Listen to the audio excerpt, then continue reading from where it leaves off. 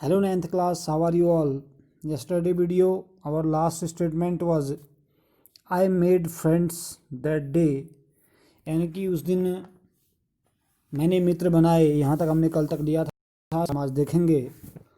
A month later, I was at my house watching them rebuild it. यानी कि एक माह बाद मैं अपने घर को फिर से बनता देख रहा था, यानी कि नया घर बन रहा था। But this time it was different, I was not alone. लेकिन इस बार फ़र्क क्या था कि मैं अकेला नहीं था। I was with two my new friends, मैं अपने दो नए मित्रों के साथ था फ्रॉम स्कूल में, जो स्कूल से संबंधित थे।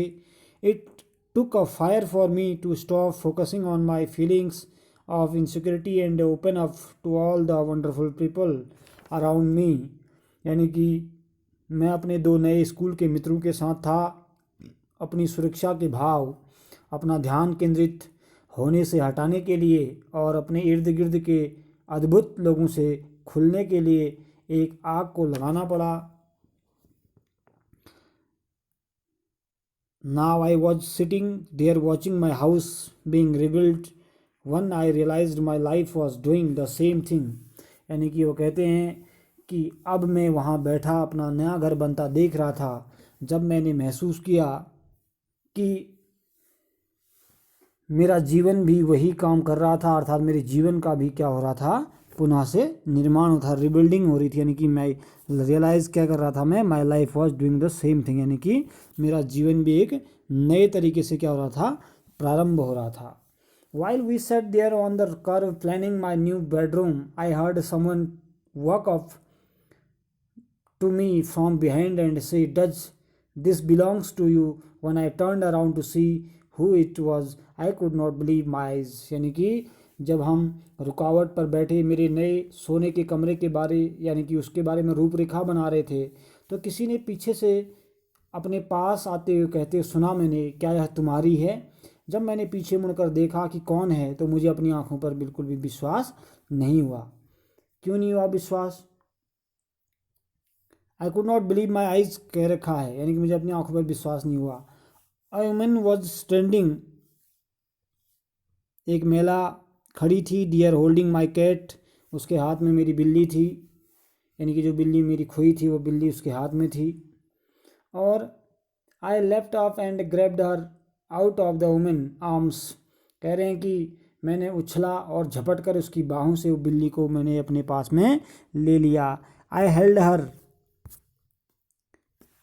हर close to me and cried into the that beautiful orange fur. यानी कि मैंने उसे पकड़ा और उसकी सुंदर सी संतरी फर को मुंह में छिपाकर मैं बहुत ज़ोर ज़ोर से क्या करने लगा, रोने लगा। सी पर्ड हैप्पीली, यानी कि उसने भी प्रसन्नता की आवाज़ की, उसने बिल्ली ने भी आवाज़ की। My friends were hugging me, hugging the cat and jumping around, यानी कि मेरे मित्र मुझे और मेरी बिल्ली को सीने से लगा रहे थे और हमारे इर्द गिर्द इधर उधर कूद रहे थे। यानी कि मेरे दोस्त भी क्या थे, बहुत ज़्यादा खुश थे। मेरी बिल्ली जब वापस आई तो मेरे दोस्त, मेरे फ्रेंड भी बहुत ज़्यादा खुश थे। अपारेंटली, अपारेंटली का मतलब होता है स्पष्टता। अपारेंटली का मतलब क्या होता है, स्पष्ट। Apparently, my cat had been so freaked by the fire that she ran over a mile away. यानी कि स्पष्ट है कि मेरी बिल्ली आग से साधारण रूप से इतना डर गई कि एक मील दूर भाग गई। Her collar had out our phone number on it, यानी कि उसके गले की जो पट्टी थी उसमें हमारा फ़ोन नंबर लिखा हुआ था। But our phones had been destroyed and disconnected, लेकिन हमारे सारे फ़ोन नष्ट हो गए थे और वो डिस्कनेक्ट हो गए थे। This wonderful woman took her in and worked hard to find out whose cat it was. यानी कि ये अद्भुत औरत उसे अंदर ले गई और कड़ी मेहनत करके यह खोज लिया कि यह बिल्ली किसकी थी। उन्होंने पता लगा लिया। Somehow she knew that this cat was loved and surely missed, यानी कि निश्चित रूप से क्या था, किसी तरह से उसे मालूम पड़ गया था कि उस बिल्ली को बहुत प्यार मिला था और वो अपने मालिक को मिस कर रही थी बहुत ज़्यादा, ऐसा उस महिला को लगा। As I sat there with my friends and my cat curled up in my lap all the overwhelming feelings of loss and tragedy seem to dismiss, यानी कि जब मैं अपने मित्रों और अपनी मेरी गोदी में कुंडली मार के बैठी अपनी बिल्ली के साथ बैठा था तो हानि और सुकांत की अति प्रबल भावना बिल्कुल घटती हुई सी लगी अब मुझे।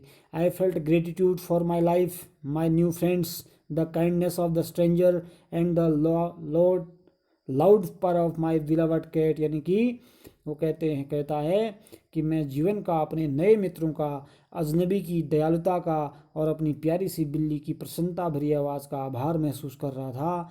माई cat was boy back and so was I, यानी कि मेरी बिल्ली वापस आ गई थी और मैं भी, यानी कि आई वॉज आई, यानी कि मैं भी, कहने का मतलब है नए जीवन का निर्माण फिर से, यानी कि नया जीवन मुझे भी वापस प्राप्त हो गया था।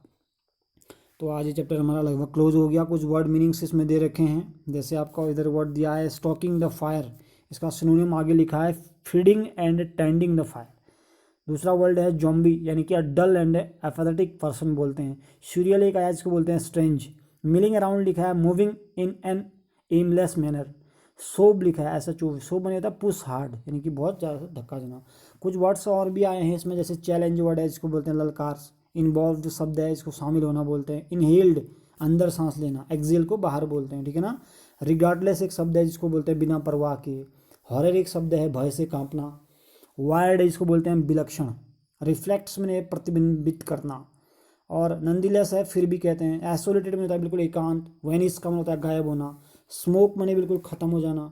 ये सारे वर्ड मीनिंग आपने करने हैं और मैंने आपको पहले भी बताया है कि 3 लाइनें बननी हैं, word meaning and third party सिनोनियम। सिनोनियम मने समानार्थी शब्द भी लिखने हैं आपने, ठीक है। नेक्स्ट वीडियो में आपको इसके क्वेश्चन आंसर भेज जाएंगे।